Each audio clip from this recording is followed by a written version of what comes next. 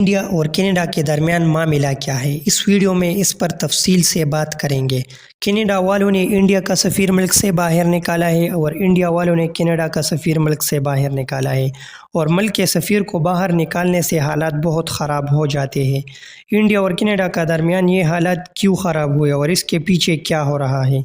सबसे पहले आप लोग ये जान लें कि खालिस्तान तहरीक क्या है। अब एक साल पहले इसका ज़ोर व शोर बहुत ज़्यादा हुआ, ये अभी ज़्यादा नहीं हुआ क्योंकि ये 1930 से आ रहा है। खालिस्तान तहरीक जब 1930 में बरतानिया पाक व हिंद में कमज़ोर होने लगा, इधर तो इंडिया और पाकिस्तान से पहले बरतानिया पड़ा हुआ था, तो 1930 से वो कमज़ोर होने लगा और 1939 में वर्ल्ड वार 2 में हिटलर ने इन लोगों को बहुत ज़्यादा कमज़ोर किया और ये लोग मजबूर हुए और ये जगह छोड़ गए क्योंकि इंडिया और पाकिस्तान वजूद में आए।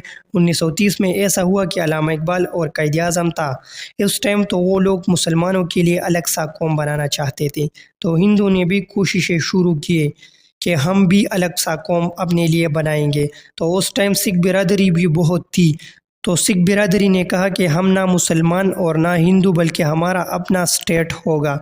तो सिख बिरादरी ने तकरीबन 1940 में इसका नाम खालिस्तान मुकर्रर किया। मुसलमानों के लिए पाकिस्तान, हिंदू के लिए इंडिया और सिख बिरादरी के लिए खालिस्तान। इसी तरीके से खालिस्तान तहरीक शुरू हुआ। अब जबकि 1947 में पाकिस्तान और इंडिया वजूद में आए, तो इंडिया का पंजाब सूबा जो है इसमें सिख बिरादरी बड़ी तादाद में थी, तो उन लोगों ने वहाँ अपने रियासत का डिमांड शुरू किया जिसका नाम खालिस्तान था। तो इंडिया की गवर्नमेंट से उन लोगों ने बगावत कर ली और इंडिया का गवर्नमेंट इस चीज़ को मानने के लिए तैयार नहीं थे कि हम आप लोगों के लिए सेपरेट स्टेट दे दे। जब ये लोग खालिस्तान तहरीक शुरू करते और एहतजाज करते तो इंडिया का फ़ौज इन लोगों को दबाती। अब ऐसा कम हुआ कि टाइम गुजर रहा था और 1984 में खालिस्तान तहरीक दोबारा से मजबूत हुआ और कह रहे थे कि अब ये स्टेट लेकर रहेंगे। तो उस टाइम जो इंडिया का प्राइम मिनिस्टर थी उसका नाम इंदिरा गांधी थी।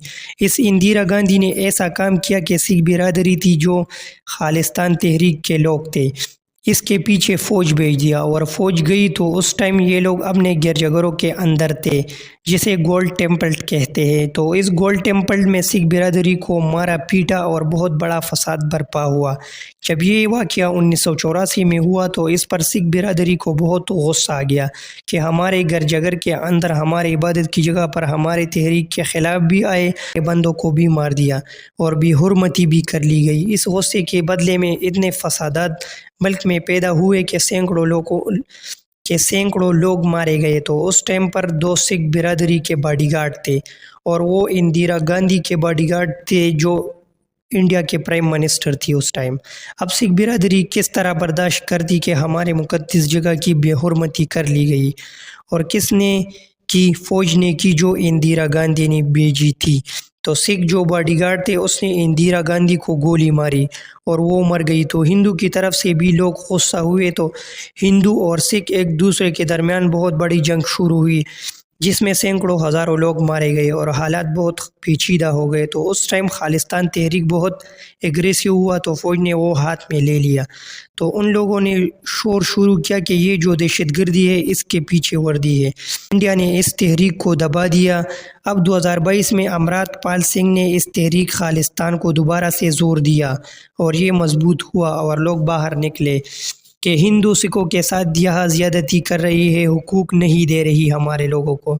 हमारे लिए अपना तहरीक रियासत है खालिस्तान, जिस तरह मुसलमानों का पाकिस्तान और हिंदू का इंडिया है खालिस्तान है। जब अमृतपाल सिंह के पीछे फ़ौज लगी तो वो गायब हो गई। अब जबकि फ़ौज की तरफ से जुल्म और ज़्यादती हो रही थी तो सिख बिरादरी बिखर गए, और जबकि ये लोग पैसे से बहुत मजबूत थे तो ज़्यादातर लोग यूरोप मुल्कों में चले गए, ज़्यादातर लोग कनाडा कंट्री में गए। तकरीबन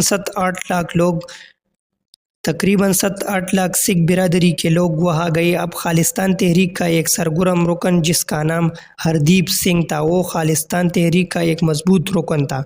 ये असल में कनाडा में रहते थे और कनाडा से खालिस्तान तहरीक को सपोर्ट करते थे। तो इंडिया के लोगों ने इस पर इल्ज़ाम लगा दिया कि उसने हमारा एक पंडित मारा है और ये हमारा वांटेड है।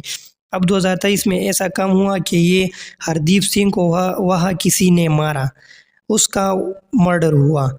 सिख बिरादरी के लोग थे, उसने सीधा इल्ज़ाम इंडिया पर लगाया और इंडिया वाले कह रहे थे कि ये हमने नहीं किया है। अब कनाडा वालों ने बताया कि हमने अपना इंटेलिजेंस इस्तेमाल किया और हमारे इंटेलिजेंस के मुताबिक इसका कत्ल इंडिया वालों ने किया है और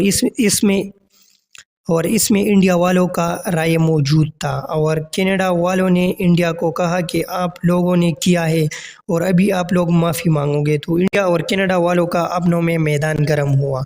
तो इंडिया वालों ने कनाडा का सफ़ीर निकाला और कनाडा वालों ने इंडिया का सफ़ीर निकाला। अब पता लगेगा कि कई मुल्क इंडिया के तरफ है और कई मुल्क कनाडा के तरफ है। अब कौन सा मुल्क इसमें मजबूत होगा, तो आप लोग कमेंट में अपना राय दीजिए कि कौन सा मुल्क इसके दरमियान मजबूत होगा।